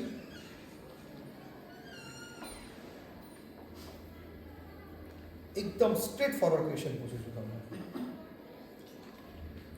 જ્યારે પણ આ રોલ મારો નથી કે આ કામ મારું નથી એવા વિચાર આવવાની શરૂઆત થશે, ત્યાં બાળકની જિંદગીનું ડેવલપમેન્ટ ક્યાંક સ્ટક થવાનું ચાલુ થશે. આ આખો જે રોલ છે ને, કેટલીક વસ્તુ નેચરલી જ્યાં જે વ્યક્તિઓમાં ડેવલપ થઈ છે એની નેચરલી કન્સિડર કરવાની છે. કાચબો છે એ જમીન પર ધીમે ધીમે ચાલે છે અને કોઈ વખત પાણીમાં પણ તરતો જાય છે, અને વાંદરો છે ઝાડ પર કૂદ કરતો આમથી આમ ઝાડ પર જાય છે. કાચબાને રેસમાં મૂકી દીધો અને એને એમ કીધું કે ભાઈ જો તું એવી સ્કૂલમાં ભણવા તને મોકલ્યો છું કારણ કે તને ચાલતા તો આવડતું હતું પણ તને ઝાડ પર કૂદતા નહોતું આવડતું, તો તારા પપ્પા મમ્મી એવું ડ્રીમ કરે છે કે તું પણ ઝાડ પર કૂદવાનું ચાલુ કર. એટલે કાચબાને કહેવામાં આવ્યું કે હવે તને નવી સ્કૂલમાં એડમિશન અપાવડાવું છું, ત્યાં તને ઝાડ પર કૂદવાની પ્રેક્ટિસ કરવામાં આવે. એટલે 5 વર્ષ સુધી પેલા કાચબાને રોજ પ્રેક્ટિસ કરે તું ઝાડ પરથી બીજા ઝાડ પર કૂદ, બીજા ઝાડ પરથી બીજા ઝાડ પર કૂદ. પેલો હાથ પગ બધું રંગાઈ ગયું તો શીખી ના શક્યો, કારણ કે કુદરતે એનામાં એવું જ મિકેનિઝમ, સોફ્ટવેર ટેકનોલોજી એવી જ મૂકી છે કે જેનો આ રોલ છે. કેમ આ રોલ છે? કારણ કે કુદરત છે, નેચર છે. ગાય છે તો એ આવી છે, ભેંસ છે આવી છે, વાઘ છે આવો છે, નદી છે આવો છે, દરિયો છે આવો છે, માણસ તો આવો છે. અને આ જ રૂલમાં સહેજ આગળ વધતા કોઈ જગ્યાએ પુરુષ અને કોઈ જગ્યાએ સ્ત્રીની કેટલીક એવી સ્પેસિફિક સેટઅપ છે કે આ વસ્તુ અમની પાસે યુનિક છે. આમાં કમ્પેરિઝન નથી, કારણ કે આની પાસે આ યુનિકનેસ છે જે બોયઝ પાસે ક્યારેય નથી.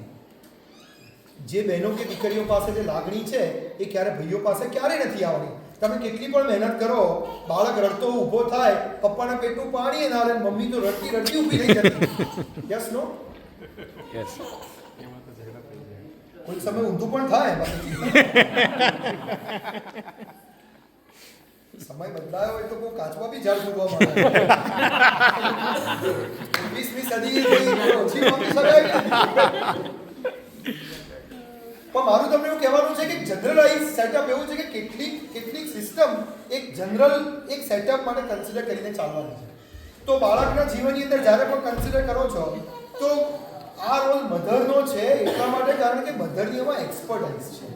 આની અંદર મધર નોન છે.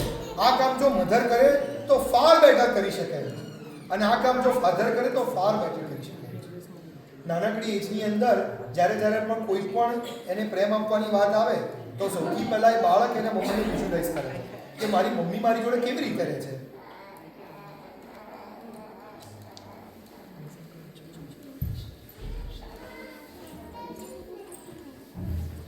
મારી મમ્મી મારા બાળક જોડે કેવી રીતે રહે છે એ આખો દિવસ એ જોવે છે. અને ત્યારથી શરૂ કરી અને પોતાની જિંદગીની અંદર આ લવ નામનું ફેક્ટર છે, આ પ્રેમ નામનું તત્વ છે એ ત્યારથી જિંદગીમાં પહેલેથી શીખવાની શરૂઆત કરે છે.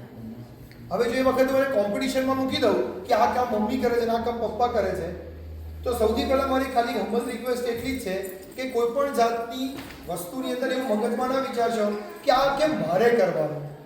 જો આવું ક્યાંક કરશું તો આપણે બાળકની કોઈ જગ્યાએ ઇન્જસ્ટિસ કરશું. રોલ તો જેટલો મધરનો છે એટલો ફાધરનો છે જ, તો ફાધરનો રોલ જુદી દિશાનો છે ને મધરનો રોલ જુદી દિશાનો છે.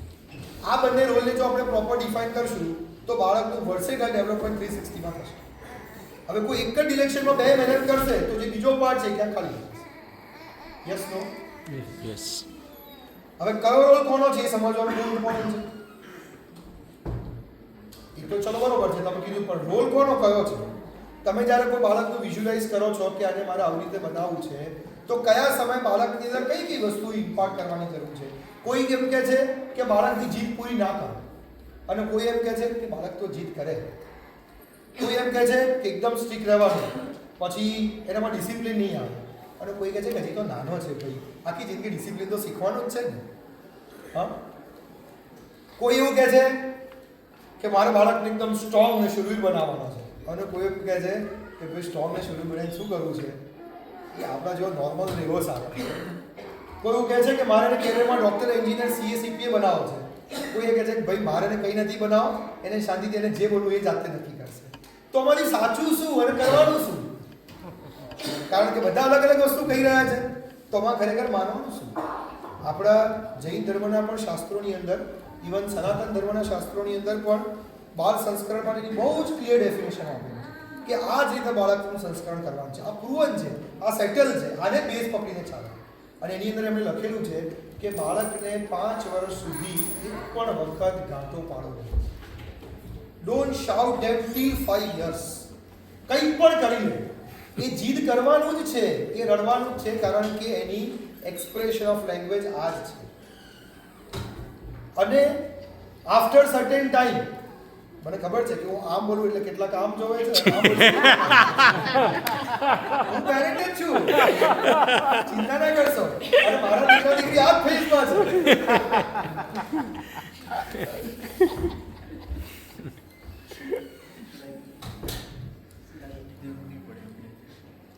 તમે એવું વિચારો છો, તમે બાળકને એવું કયા કરો કે હો તારે શિવાજી બનવાનું છે, તારે સુલસા બનવાનું છે, એ નહીં બની જાય.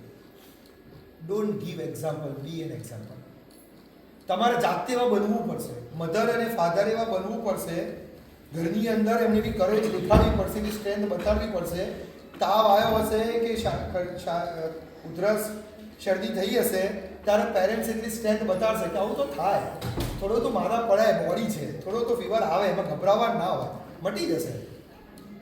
અને એ વખતે વિચાર કરો તાવ આવી ગયો છે, પહેલાં દવા પી લો, ફટાફટ આ કરતો તે કરતો, બે અપ્રોચ છે.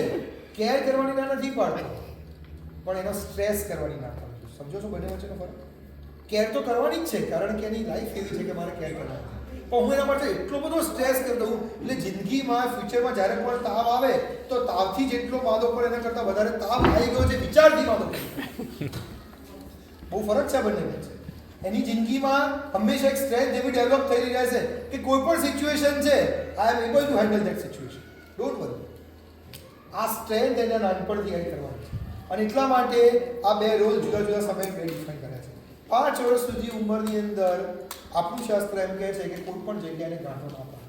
એની જીદ છે, જે જીદમાં શક્ય હોય પૂરી કરો, અને જે જીદ પૂરી કરવા જેવી ના હોય તો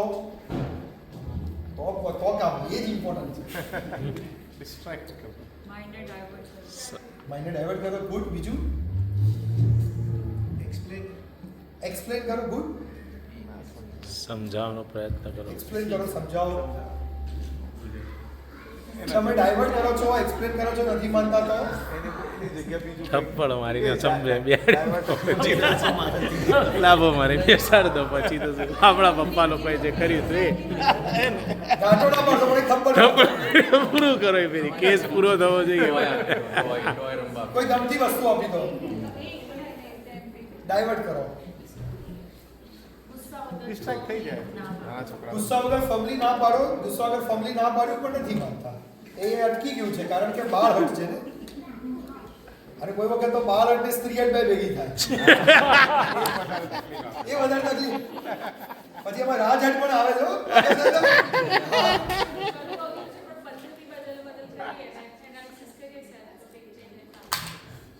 તો બાળકોની દુનિયામાં સૌથી ઇમ્પોર્ટન્ટ એ છે કે જ્યારે પણ બાળક જીદ કરે છે, એના માટે બહુ રૂટીન છે કે જીદ કરે. આજુબાજુનું કોઈ બીજા બાળકને જોવે, પોતાની જોડેવાળાને જોવે, પોતાના ઘરમાં પણ એ જોવે છે કે કોઈ પણ વસ્તુ પૂરી કરવા માટેની મેથડ શું ફોલો થઈ રહી છે. મારા ઘરમાં કોઈ પણ વસ્તુ પૂરી કરવાની મેથડ મારા પેરેન્ટ્સ પાસેથી શું થઈ રહી છે એ બાળક પણ જોવે છે. બહુ ઓનેસ્ટલી તમને પૂછું, ટેક ઇટ પોઝિટિવ.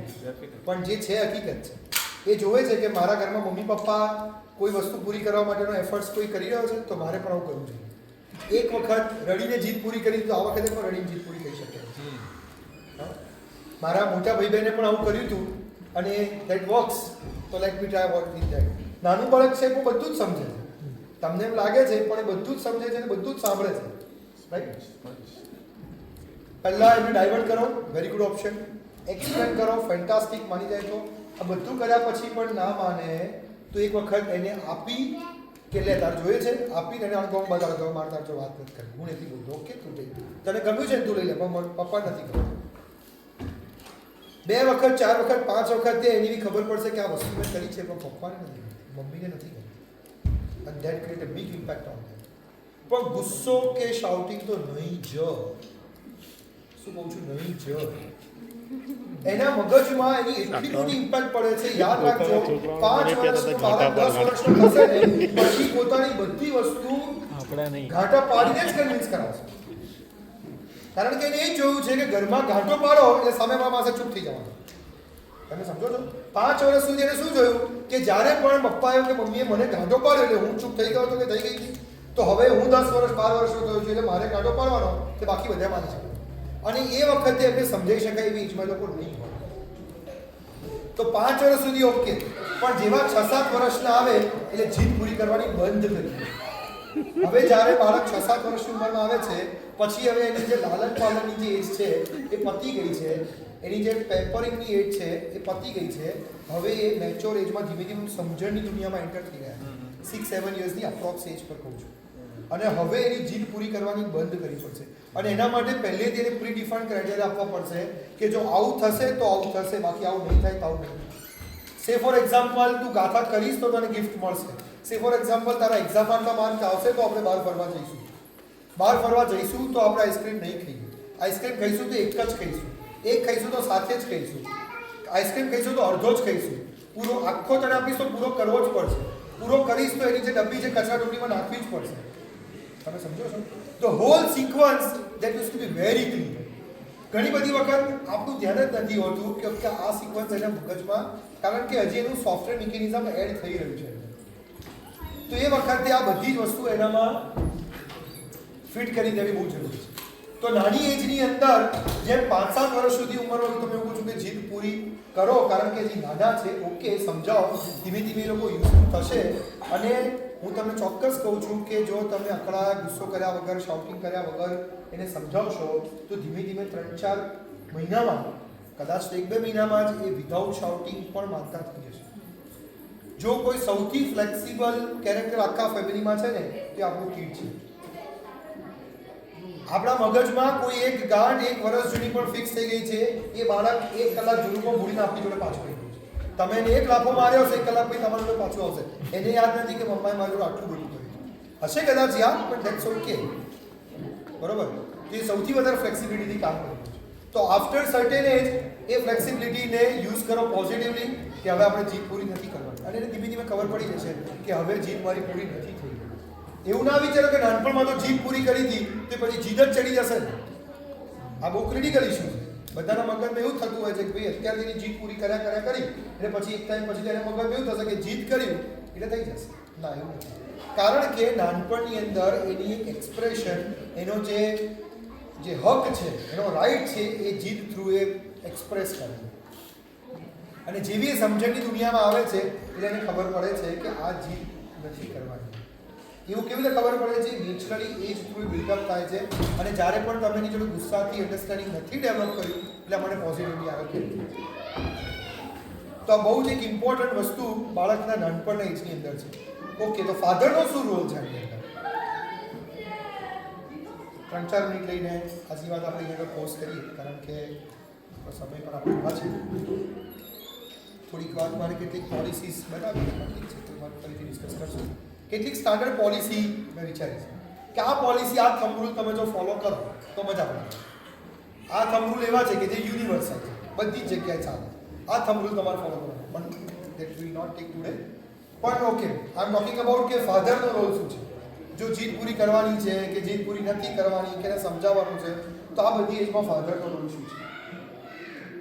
તમે શું વિચારો છો? એક બાળકના ડેવલપમેન્ટ પાછળ જ્યારે મધરને લાગે છે કે ભાઈ આ બધું તો મારે જ કરવાનું હોય, એનું ખવડાવવાનું, પીવડાવવાનું, ઉગાડવાનું, and so many things from whole day, તો what about father? Knowledge from outside કે બહાર શું ચાલી રહ્યું છે. Knowledge after certain age baby હજી નાના છે. Let's talk below 7 years. Play time spend કરવાનો. ટાઈમ સ્પેન્ડ કરવાનો, વેરી ગુડ. ટાઈમ સ્પેન્ડ કરવાનો, family trip, family plan, family time. Very good. Physique કેવી રીતે કરશો? આ તો ખબર છે કે ફિઝિકલી ઇમોશનલી સ્ટ્રોંગ કરવા છે, પણ કેવી રીતે?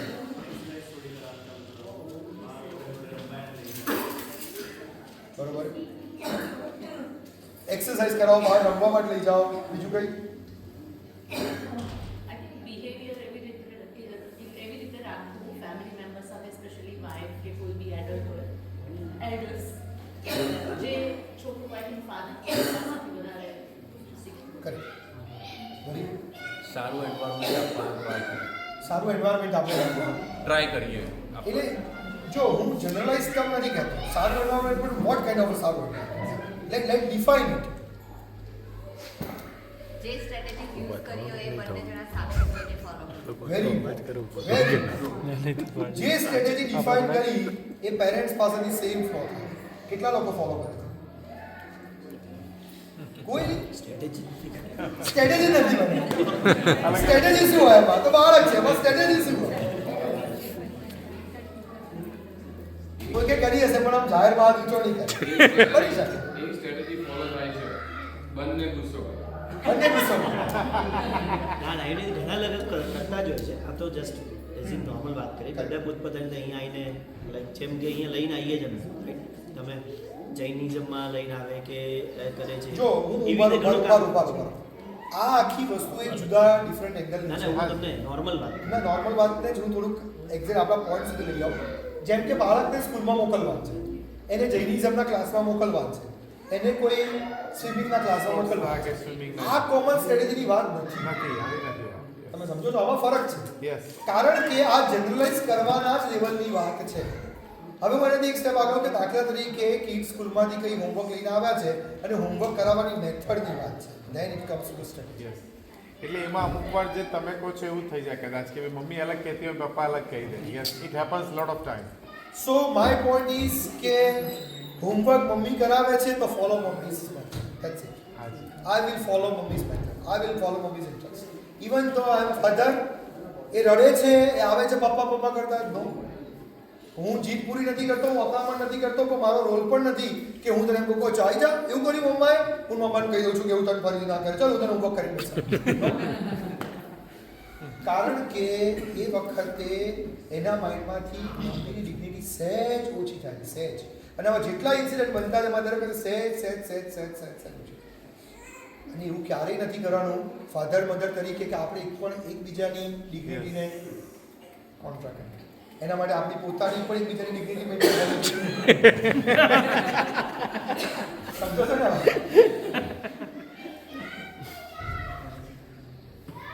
ના જરૂરી છે થોડું જો એકલા હતા અને જીવી લેતા હતા જુદું હતું. તો બાળકને આવ્યા પછી કેટલાક ફેરફાર લાવવા એ જરૂરી છે. તો બહુ મજાની દુનિયા આપણી બધાની બની જવાની છે.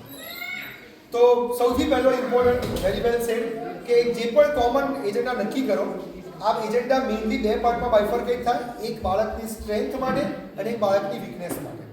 આપણી જોડે ફાધર મધર જોડે એવી ચર્ચા થતી જ હોય કે જો આપણા બાળકની એક વીકનેસ રહી ગઈ છે, એવી ચર્ચા થાય છે ને, થતી જ હોય ને. In any sense, weakness in any sense કે જેમ કે એને ભણવાનું નથી ગમતું, જેમ કે આજે એને બહુ જીદ કરી હતી, જેમ કે આ વસ્તુમાં તો નથી જ માનતા, કે જેમ કે બે કઝિન ભેગા થાય તો છૂટા નથી જ પડતા, બહાર જાય ત્યારે વસ્તુ લેવા માટે બહુ જ જીદ કરે છે. આવું ડિસ્કશન તો આપણે થતું જ હોય છે. તો let's frame the common strategy કે ભાઈ હવે જ્યારે બહાર જાય અને વસ્તુ લેવા માટે એની જીદ કરશે તો શું કરવાનું? અપાવવાની કે નહીં અપાવવાની? બંને જણને એક જેવું. અને અપાવવાની તો કોણ કહેતો અપાવવાની, અને નહીં અપાવવાની તો કોણ કહેતો નહીં અપાવવાની? આપણે જનરલી આ બધું જાણતા હોય, જરૂર નથી કે કોઈ નથી જાણતા હોતા, મેં બી જાણતા છું, પણ આ પાછળનો એક્ટિવ એફર્ટ્સ કોઈ વખત ઓછો થઈ ગયો. બહુ હું તો બેઝિક લેવલની વાત કરું છું, જે ખરેખર મારે કોર મુદ્દા પર આવે છે એના પર હજી આવી નથી. એટલા માટે કારણ કે એક ફંડામેન્ટલ એના ડેવલપમેન્ટ માટેનો પ્લેટફોર્મ ક્લિયર કરવું બહુ જરૂરી છે. આપણું તો એટલું જોરદાર. આ જીનેભાઈના મમ્મીનું તમને 2 મિનિટ વાત કરીશ. એમના ઘરમાં એમની બેન સૌથી મોટી છે, પછી 4 ભાઈઓ છે. ચોથા ધોરણમાં ભણતો હતો ત્યારે ઘરમાં એવો નિયમ હતો કે જ્યાં સુધી ગાથા ના આવે ત્યાં સુધી ડ્રાયફ્રૂટ નહીં ખાવા. અને તેમ છતાં પણ એમની મમ્મીનો પ્રેમ એટલો બધો કે એક વખત મમ્મીની આંખમાંથી આંસુ પડ્યું ને ખાલી આમ આંખ લાલ થઈ હોય તો 4 છોકરાઓ જમીન પર સૂઈ જાય કે મમ્મી તું કે કરવા માટે તૈયાર પણ તારું આ મોડું અમારથી નહીં જોવાય. શું રિસ્પેક્ટ એમણે ઊભું કર્યું હશે ઘરની અંદર છોકરાઓની દુનિયામાં. જ્યારે એમના ફાધર તો અમારી તપોની એક્ટિવમાં સો બિઝી એટલો બધો ટાઈમ નહોતો મળતો, પણ એક મધર તરીકે એમને શું ડિગ્નિટી ઊભી કરી કે જેના કારણે છોકરો આટલા બધા કનેક્ટેડ રહે. અને એમને જીનેભાઈ, અત્યારે તમે જે જીનેભાઈને જોઈ રહ્યા છો ને, 1 વર્ષનો હતો ને ત્યારથી દર વર્ષે યર વાઇઝ એમને દીકરાઓ પર આરાધના કરેલી છે કે યર 1 પર એની આ આરાધના હોય, યર 2 પર આ, યર 3 પર આ. એ બધી મેં લખી છે અત્યારે કે દરેક બાળકને દરેક વર્ષ વાઇઝ આટલી આરાધના કરાવવી પડે. તો એ આરાધનાથી તમારે કરવાની છે, એને નથી કરવાની. સપોઝ તમે પહેલા વર્ષે એની પર નવકાર ગણવાના ચાલુ કર્યા તો રોજ એના માથે હાથ મૂકીને ખાલી 12 નવકાર ગણવાના ચાલુ કર્યા. તમે જુઓ 1 વર્ષ પછી ઇમ્પેક્ટ શું છે. આપણે ઘણી બધી વખત આ હિડન ફોર્સને કન્સિડર જ નથી કરતા. આપણને એમ લાગે છે કે આપણે આના પાસે સ્ટ્રગલ કરીએ છીએ. તમે નક્કી કરો એ બધું ફોલો કરે એના માટે આવા કેટલાક ફોર્સને એડ કરવાની જરૂર છે. દરેક વર્ષ વાઇઝ આપણા ગ્રંથની અંદર, શાસ્ત્રની અંદર પણ આનું બાયફર્કેશન આપેલા છે કે આપણે કઈ રીતે શું આરાધના કરવાની છે, કયા જાપ કરવાના છે, શું પ્રયત્ન કરીને થઈ શકે. એક ભક્તામણની નાનકડી ગાથા છે, તમને કદાચ ખબર હશે. 6ઠ્ઠી ગાથા છે. અલ્પ શુક્કમ શુક્કવતામ પરિહાસ. નાના બાળકને 5 વર્ષ ને 6 વર્ષની ઉંમર પર એને એક ગાથા ગોખાવડી દો અને કહો કે તું જિંદગીભર જ્યાં સુધી તું મોટો ના થાય ને, કોલેજમાં જ્યાં સુધી જો ત્યારે 27 વખત આ ગાથા ગણી લેવાની. એ જ્યારે જ્યાં જે બોલશે ને એ સામેવાળાને ગમશે જ. એ ગાથાનો પ્રભાવ એવો છે.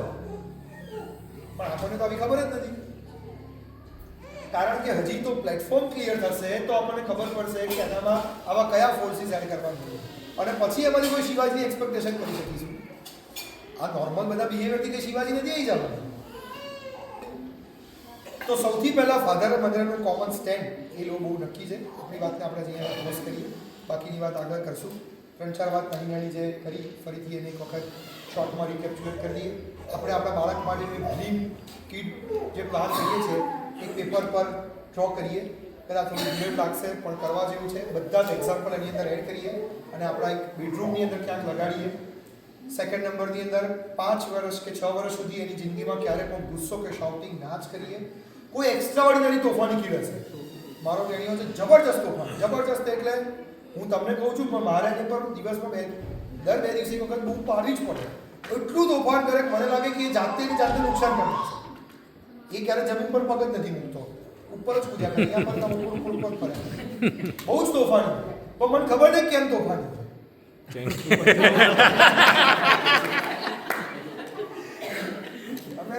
સમજી જાવ કે મને ટેન્શન થઈ જાય. કહેવત યાદ આવી ગઈ ને.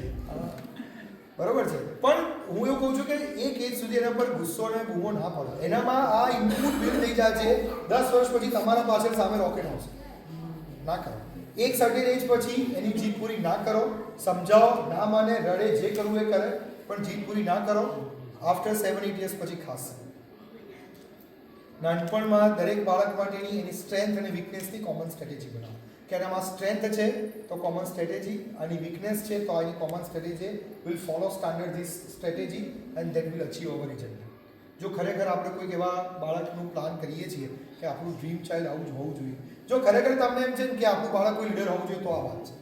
નોર્મલ વાત કરી છે કે છોકરો જન્મ્યો, ખાધું પીધું, ભણ્યું, કોઈ જગ્યાએ જોબ કરી, તો આ બધાની કોઈ એટલું બધું એસેસ ઇમ્પોર્ટન્સ નથી. તો સરસ એને રોજ નવરા ભણાવજો અને એને એમ કહેજો કે ભાઈ બધા સારો માણસ બનજે, તું બસ બીજું કંઈ ના કરીશ. બહુ થઈ ગયું, એમાંય ઘણું આવી જશે. તમે સમજો છો? પણ હું એવું માનું છું કે પેરેન્ટ્સ પાસે એટલી કેપેસિટી છે કે એક બાળકને ન્યૂ લીડર બની શકે એમ છે. તો એના માટેના એફર્ટ્સ કરવાનું છે. એક છેલ્લું નાનકડું શિવાજીનું હાલરડું સાંભળીએ, 2 કડી. એક question, okay question, last question.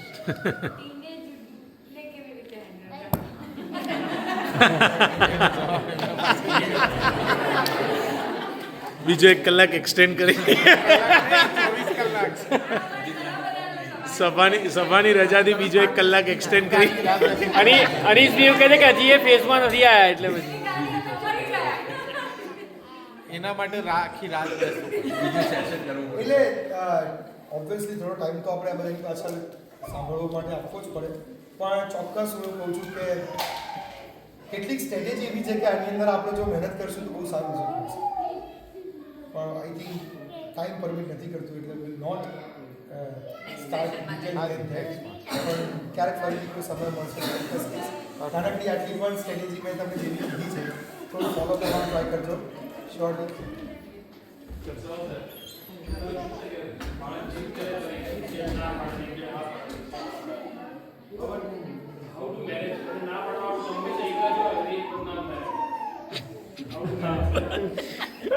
Problem હવે કિડ્સમાંથી પાછો એડલ્ટ્સ પર જ આવી જશે. આ સવાલ ઘણા બધાના મનમાં. તમે કીધું સ્ટ્રેટેજી ડિસાઈડ કરો, બેની સ્ટ્રેટેજી અલગ અલગ હોય, શું કરવાનું?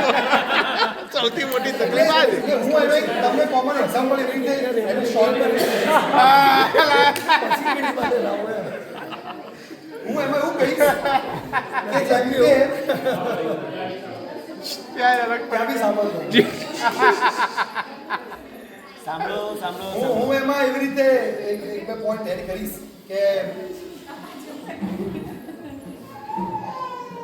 જ્યારે પણ ડિફરન્સ ઓફ ઓપિનિયન છે ને ત્યારે કોનો એરિયા છે નક્કી કરી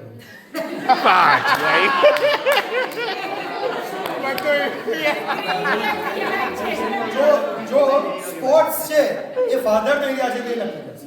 એજ્યુકેશન છે મધરનો એરિયા છે તે નક્કી કરશે.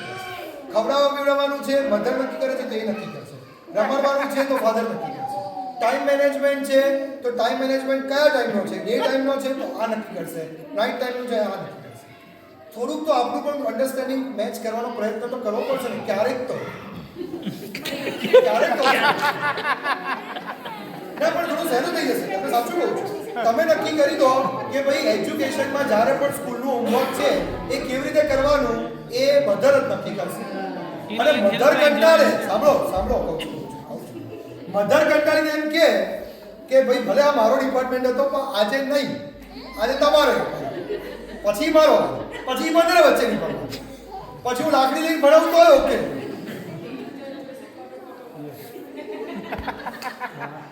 હવે એના માટે પણ તમારે ચિઠ્ઠી ઉપાડવી પડે તેવી સિસ્ટમ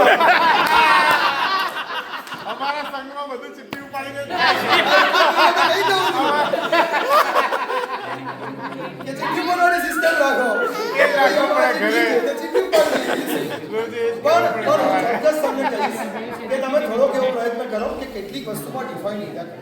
જેમ કે ફરવા જવાનું આઉટિંગની જનરલી સેટરડે સન્ડેમાં આઉટિંગમાં જવાનું બરોબર, તો આઉટિંગમાં જવા માટેના ઘણા બધા ડિસિઝન એ કિડ્સ જોડે કનેક્ટેડ હોય. તો કેટલીક જગ્યાએ એવું નક્કી કરતો કે ભાઈ હા આમાં આવું છે, અને કેટલાક ગ્રે એરિયા છે કે જ્યાં ડિપાર્ટમેન્ટ બાયફર્કેટ નથી થયું. આ મિનિસ્ટ્રી કોઈના લોકેટ નથી થઈ. હવે પ્રશ્ન નવો આવ્યો તો એ તો મોદી પાસે જ જાય. ત્યાં જ જાય. અમારા હાથમાં આવે અને જ નહીં. એવું છે કે ફિનાન્સ મિનિસ્ટ્રી નિર્મલા સીતારામન પાસે છે. અમારે તો મોદી પણ એ જ છે. અને સીતારામન બોલવાનું ને બધું એ છે. પછી વાત હવે પછી વચ્ચે આપણે ઝંડો લઈને એકચ્યુઅલી પણ આ મોદી છે એ તમારા એકાઉન્ટન્ટ સીતારમણ છે. અમારું સંઘ સ્પેશિયલ છે, પણ મોદીને જ ફાઇનાન્સ આપેલો છે. મોદીને ફાઇનાન્સ જ્યારે પણ કોઈ ગ્રે એરિયા એવો આવે કે જે આગળ ડિસ્કસ નથી થયેલો, કારણ કે ક્યારે પણ કંઈ દરેક વસ્તુ એવું હોય આગળ તો 4-5 ડિસ્કશન થયા, એવું તો ના હોય કે આખા દિવસનું બધું કંઈ ડિફાઇન્ડ જ ચાલતું હોય. આ તો કંઈ સ્કૂલનો કોર્સ થોડી છે કે ભાઈ મેથ્સ છે તો આ ટીચર ભણાવશે, ઇંગ્લિશ તો આ ટીચર ભણાવશે. પણ જ્યારે પણ કોઈ ગ્રે એરિયા હોય અને જનરલાઇઝ એ ટર્મ કોઈ એક પેરેન્ટે ડિફાઇન કરી દીધું કે ભાઈ રમવા જવું છે, એક પેરેન્ટે કીધું કે અત્યારે નથી રમવાનું, તો generally other parent will support generally. અને જો તમારે સપોર્ટ નથી કરવો તો તમે સાઈડમાં ક્યાંક ડિસ્કસ કરો કે હમણાં ભણવું છે ને મને ખબર છે ભલે રમવા જાય. Then both of the parents will કહો કે ઓકે ભાઈ મમ્મી, અને જેને ના પાડી એ જ હા પાડશે, બરોબર છે. અને જેને ના પાડી એને રાતની ઊંઘ નથી થઈ કે પેટ ભૂખ્યું હતું એવું નક્કી થયું કે ના મારી ના તો ના જ રહેશે, તો ના રહેશે. ઘણું કઈ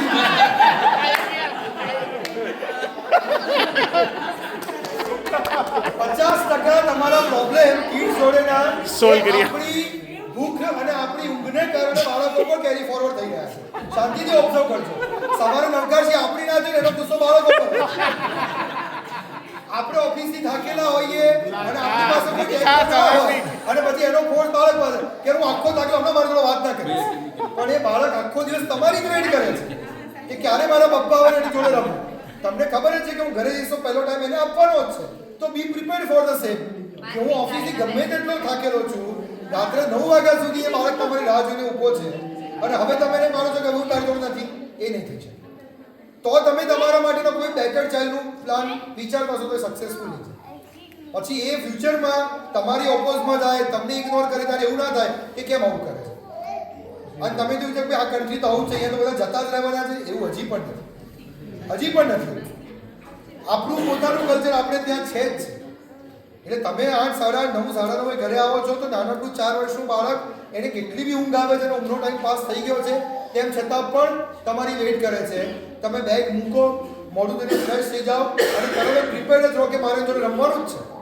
અને અડધો કલાક રમીને તમે પણ થાક પૂરો કરી દેશો. સાચું કહું કરતા તો હશો જ, તો ક્યારેક એમાં એવું થઈ જાય કે હવે રોજ તો રમીએ જ, આજે બહુ થાકી ગયા. સારું, 3 માં 5 ગમો ઘડિયાળ ટીક ચાલે છે. આપણે આ એક બહુ મારું ગમતું 2 લાઈન શિવાજીનું એક હલડું છે, કદાચ તમે કોઈકે નહીં સાંભળ્યું મને ખબર નથી, પણ બહુ જ સરસ એક કવિએ બનાવ્યું છે. જ્યારે ઝવેરચંદ મેઘાણીએ બનાવ્યું છે, નામ પછી આપવાની ઈચ્છા હતી, પણ બહુ જ સરસ મજાનું આ બનાવ્યું છે. જ્યારે મુગલોનું આક્રમણ થઈ ગયું અને જીજામૈયાના ગુરુને પૂછે છે કે શું કરીશ, અને એના ગુરુ સ્વામી રામદાસ એના પેટ પર જોઈને કહે છે કે મુગલોનો રસ્તો તારા પેટમાં જ છે અને તું શરૂ કર. અને ત્યારથી એને સુંદરકાંડના પાઠ અને રામાયણ અને મહાભારત ભણાવવાના ચાલુ કરે છે. અને 8 વર્ષની ઉંમરે શિવાજી પૂછે છે કે મમ્મી કોણ છે અત્યારે આવું કે જ્યારે મારે એને મારવાનો છે. અને સૌથી પહેલું યુદ્ધ શિવાજી 9.5 વર્ષનું. આ શિવાજીનું એક નાનકડું હલડું, લગભગ 17 એની કડી છે, પણ આપણે એકાદ કડી જીનેબીના મોડી સાંભળ્યું. શાંતિથી બધા જરાક સાયલેન્સ રાખીને સાંભળજો તો મજા આવશે. એન્ડ ધેન વી આબમાં ઉગેલ ચાંદલો ને જીજાબાઈ ને આવ્યા બાળ રે, જીજાબાઈ ને આવ્યા બાળ. બાલુડા ને માથે જોડે ઘડડ ડુંગરા બોલે, શિવાજીને નિંદે રૂલાવે, માતાજી જાબાએ ઝુલાવે. પેટમાં પોઢીને સાંભળેલી બાળ રામ લક્ષ્મણની વાત રે, શિવ રામ લક્ષ્મણની વાત. માતાજીને મુખ જે દીધી, ઉડી એની ઊંઘ તે દીધી. માતાજીને મુખ જે દીધી, ઉડી એની ઊંઘ તે દીધી. શિવાજીને નિંદ રૂલાવે, માતાજી જાબાએ ઝુલાવે. શિવાજીને નિંદ રૂલાવે, માતાજી જાબાએ ઝુલાવે. હે ધાવજો રે,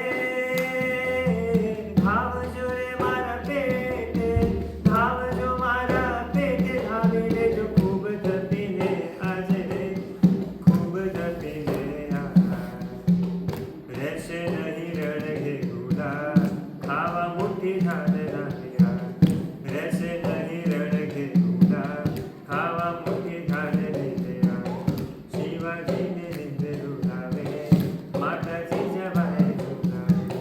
શિવાજીને નિંદ રૂલાવે, માતાજી જવાય ઝુલાવે. વાહ સરસ સરસ. આ 5 મિનિટ જ છે, આપણે પૂરું કરી દો. આપણે સમયને તો પકડીને જ રાખવાનો, પણ બહુ જ સરસ. કોઈ વખત શાંતિથી ઓનલાઈન પણ છે ઝવેરચંદ મેઘાણીએ ગાયેલું અને ઘણા બધા ગઢવીઓએ ગાયેલું છે. આ બનાવેલું બહુ જ નોન હાલડું છે. ખાલી એટલી રિક્વેસ્ટ કરીશ કે જેના પર હજી નાના બાળકો છે હાલડા તો સંભળાવવાને ચાલુ કરજો. બીજું કંઈ કરો કે ના કરો, પણ સારા ગીતો રાત્રે સૂતી વખતે અને મોબાઈલમાંથી નહીં, રાત્રે સૂતી વખતે મોબાઈલનું નહીં, તમારા અવાજથી ગાયેલું જ ગીત એ સાંભળીને સૂઈ જાય. કારણ કે એને રિક્વાયરમેન્ટ, એને ટચ એ તમારા વોઇસની જરૂર છે, એને મોબાઈલના વોઇસની નથી. આખો દિવસ ભલે તમે ચલાવો, દેટ્સ ઓકે, પણ રાત્રે જે 15 મિનિટ હોય ને એમાં એનું ગીત છે કે ભાઈ સપોઝ જીનેશભાઈનું ગીત છે, હું જીનેશભાઈને જ કહીશ. એ જ્યારે નાના હતા ત્યારે એમના મમ્મી એમને આ જ ગીત એને સુરાવતા હતા, અને હજી પણ એ આ ગીત ગાય ને તે હજી સૂઈ જાય છે. સાચું કહું છું, હું નહીં કહું, જીનેશભાઈ તમને કોઈ વાર કહેશે. તો આ આપણી મોનોપોલી છે કે ગમે ત્યાં તમે હો અને આ ગીત ગાઓ કે સૂઈ જાય. હા, તો આપણે એટલો ટ્રાય કરીશું. થેન્ક યુ દોસ્તો, તમે નાઇસ ટાઈમ. રાત્રે ફરીથી પુણ્ય હરિ માટે રાત્રે આપણે શાર્ક ટેન્ક જેવો Shark Tank કરીને એક સરસ પ્રોગ્રામ ડેવલપ કરેલો છે. Youth will present the projects. જનીશભાઈના સપોર્ટથી અને સંઘના સપોર્ટથી સરસ બધો પ્રોગ્રામ સાથે રાખીએ.